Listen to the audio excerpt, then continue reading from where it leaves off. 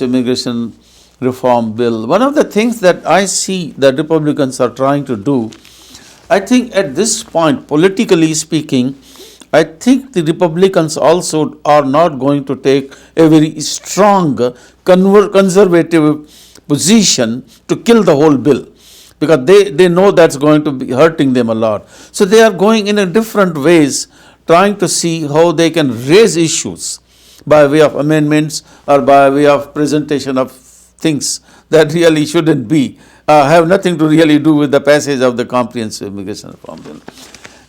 And what they did already, they cannot do more than that. They put in the provision that those people, that they get a legal status. After 10 years only they can apply for a green card, which was also a negotiation. The Obama said 8 years, and then 8 plus 5, 13, and they say, okay, make us 10 plus 3 become for citizenship 5th. Okay, fine. Now they are still not happy, some of the opposition groups. They say, okay, they already have a provision that will trigger only after there is a showing that the borders have been controlled. Even that was reluctantly agreed in a way in the original bill. But they are trying to put more of emphasis on that, because they think that, okay, if they are not able to control the borders, even after 10 years, we can say, no, this provision will not go into effect. So maybe another 2 years, 3 years, 5 years, God knows. They'll put this uncertainty whether these people who got a legal status will ever get a path to citizenship. You agree? This has been an approach. Yeah. This is what they're trying to do. Kill a bill in a different way. Right. Well, the trigger has always been the big issue, Michael. How is there going to be compliance, and then how is that compliance going to be measured? These have always been the big issues, and even now with the discussions by the senators in committee, they're trying to figure out whether it's even reasonable to try to figure out whether there has been compliance. I guess what'll end up happening is they'll have to come up with some kind of an objective methodology, which was Senator Menendez's. That was his big thing. He wanted to have an objective methodology for determining whether or not the triggers have been met.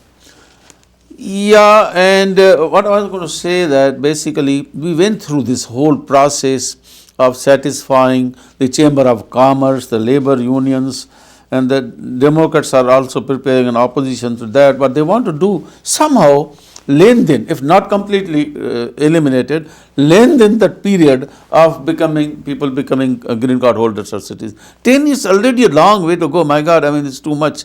But I think in the spirit of compromise, if it comes to a point where we either have to kill the whole bill or compromise with that, it's better to even this compromise, so that at least people that are waiting for years and years to go home to see the parents, and so that they will be able to work legally, come out of the shadows, pay their taxes, get a driver's license, go abroad to meet their families. It's a big thing for them. They can live with this. Hopefully things may change in the future. But there may be other options, I believe, also, because as you know that the 844 pages of the bill we have been going through. In the meantime, by the way, the House is also introducing their own version of the bill, and we're getting some information. We'll be talking about that also in the future. But this is their strategy is somehow they cannot openly say we will not let the bill pass. They say, okay, if we put in some conditions like that, and the Democrats don't agree to that, then there will be a debate, and there will be hopefully then we can kill the whole bill. If not in the Senate, in the House. That's another issue.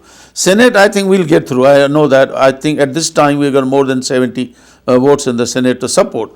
House is a little bit shaky. What do you think about the House position? It's a good question, Michael. I mean, again, going back to, and I can only speak for having been on Capitol Hill a few weeks ago and talking to the Congress people, the representatives, the focus in the House of Representatives clearly is on the border security above all else. And I think then what that does is it places great emphasis on Section 1, which obviously now has been marked up in the Judiciary Committee, but we don't have a House counterpart yet, so we don't know where the House is going to go with it. But the focus of the House's concern is definitely going to be on border security. That could be the same thing, basically that we could talked be the about bill killer. I mean, who knows? It's a really tough thing to be able to tell at this point in time. It's too early. Personally, I mean, that's my personal view, is that whatever some compromise little bit we have to do on that in terms of lengthening, maybe, even if I don't support that, I don't like it. But if it comes to that point, either we kill the whole bill or maybe make another little compromise, Yeah. probably, but politicians look differently than Yeah. what we look as Well, immigration. I believe on a program about 2 or 3 weeks ago, Michael, you asked me what I felt the percentage of chance was going to be that the bill Yes. was going to pass. And I said that I think that the only reasonable answer is 50-50.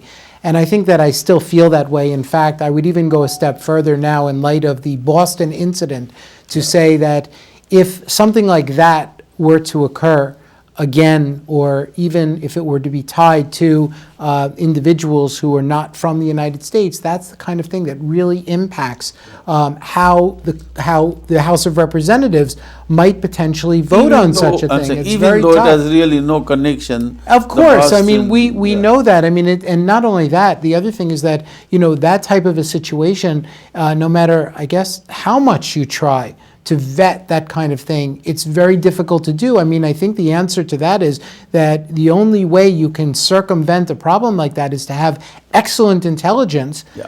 And that's a different question altogether. Then what you're talking about is funding excellent intelligence in the United States, which we already do. We have great intelligence agencies, the National Security Agency, the CIA, the FBI. We have great organizations that are doing all that. But how do we vet these issues in advance? David, That's the problem. But this bill actually increases more security. It does. That's right. So they're That's talking exactly other right. nonsense. I mean, as a matter of fact, I would say that if all these provisions, very strict provisions, are in place, everybody's fingerprinted, everybody's in the system, everybody's biometrics are there. Well, that's Then the it will idea, be is to difficult. take people who you don't know and bring them out of the shadows. Exactly. So, Yeah. and then we got 4 good friends, very strong friends here. I'll tell the names. Richard Durbin, who's a Democrat, and Charles Schumer, of course, our own Charles Schumer, he's a Democrat. Jeff Flake, who's a Republican, and Lindsey Graham, who's a Republicans. The team of 4 is very strongly, they are saying that we will want to defeat all the amendments and this bill has to get passed. So we really, on this program today, we thank all of them, of course, but especially these 4 senators. Right. Right. So There, yeah, I was going to say, Michael, there are a couple of issues of, sort of general issues which I'd like to talk about, and maybe just make our viewers aware of. Number one, they've already rolled out on April 30th to several airports. I believe there are 5 airports, the new electronic I-94. And I know that you wanted to say a little bit about the electronic I-94.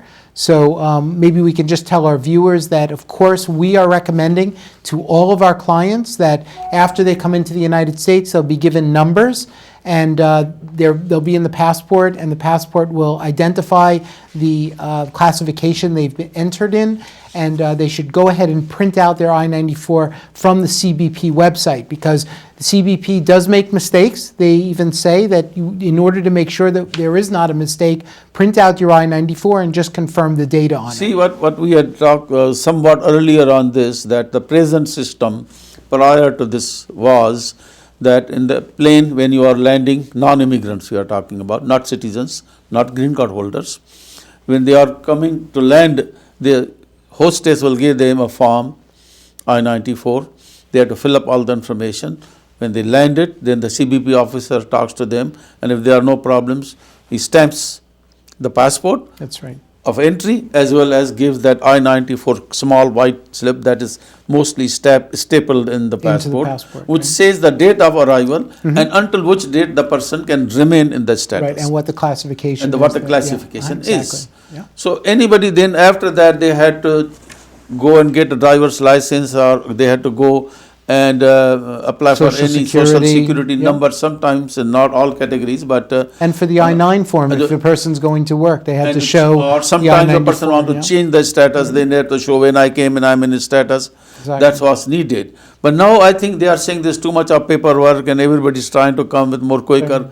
Is it good or not, I don't know. But CBP, this is the policy now. They're- CBP says that they're going to save $15 million a year by going to an electronic program. Yeah, it may be So- little inconvenience for some people, because now they will still have some kind of a stamp in the passport with a number. Right. So if they have needed the paper, they need the real one, they still can get through online. They can go to the, I think, website or Yeah, CBP website. CBP yeah. website and then press the Yeah, information. www.cbp.gov/I-94. And give them that Yeah. number, whatever that website is asking, Yeah. put in and print it. Yeah. And then they can, Well, the information is actually going to be put in the passport as to what they should put in to the CBP website, and then they'll get a printout of their I-94. But I think that it's a great idea for all of our clients, all of our viewers. Make sure you print that out. Make sure you print out that form and have it with you, because you never know when you're going to need it. The thing you need to be aware of, what's interesting, is that what they're saying is that it will only be active, that electronic I-94 will only be active while you're in the United States. After that, you won't be able to get it. So the only thing you'll be able to do is do a FOIA request to try to go back and get it, and we all know how long it takes to do a FOIA request. So the best thing to do is print that document out and have it with you, and then you can use it in the future if you ever need to refer back to it. thank you very much, David, and thank all of you for watching the program. Please keep watching us every Sunday at 11:45 a.m. and every Saturday at 8:15 p.m. Thank you.